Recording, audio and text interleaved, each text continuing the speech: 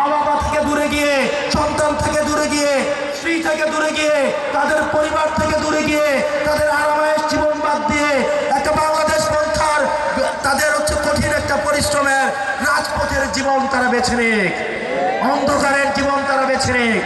প্রিয় তরুণ প্রজন্ম, আমরা চাই না এই স্লোগান আপনারা তো আর দেন যে দিয়েছিল রক্ত, আরো দিব রক্ত, আর এই স্লোগান যেন বাংলাদেশে দিতে না হয়, আমরা সেই ব্যবস্থা করতে চাই।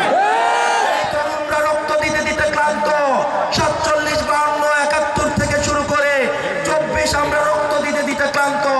এই তরুণদের রক্তের জন্য আমাদের গুরু নেতৃত্বরা সবসময় মুখিয়ে থাকে।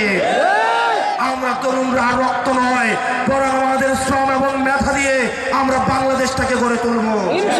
প্রিয় তরুণ প্রজন্ম, আপনাদেরকে বিভ্রান্ত করার জন্য প্রস্তুত হয়ে রয়েছে, আপনারা বিভ্রান্ত হবেন না। আমরা ঐক্যবদ্ধ ভাবে, আপনি হয়তো এনসিপি করেন না, জামাত করেন না, বিএনপি করেন না, আপনার এনসিপি হওয়া লাগবে না, বিএনপি হওয়া লাগবে না, জামাত হওয়া লাগবে না। আপনি যদি বাংলাদেশকে ভালোবাসেন, বাংলাদেশের সার্বভৌমত্বকে বিশ্বাস করেন, চলেন আমরা একসাথে ঐক্যবদ্ধ বাংলাদেশের নেতৃত্বে বাংলাদেশটাকে গঠন করি।